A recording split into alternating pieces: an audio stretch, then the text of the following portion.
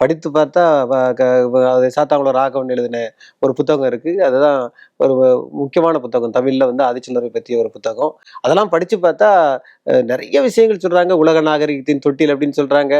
பொருநெல்வேலி நாகரிகம் அப்படின்னு சொல்றாங்க. பொருணை ஆற்றங்கரையில இருந்து தான் நாகரிகமே மற்ற இடத்துக்கு போகுது அப்படின்னு சொல்றாங்க.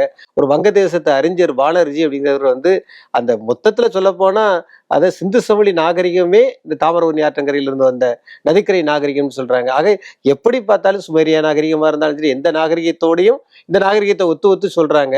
ஆனா இத வந்து இவங்க எதுவுமே வெளிய சொல்ல மாட்டேங்காங்களேங்கிற ஒரு ஆதங்கம் எங்களுக்கு இருந்தது.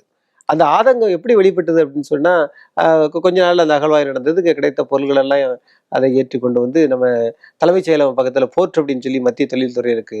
ஒரு வைப்பகம் இருக்கு. அந்த வைப்பகத்துல கொண்டு வச்சாங்க. வச்சுட்டு அதுக்கப்புறம் அந்த இத மூடி போட்டுட்டு அப்படியே போயிட்டாங்க.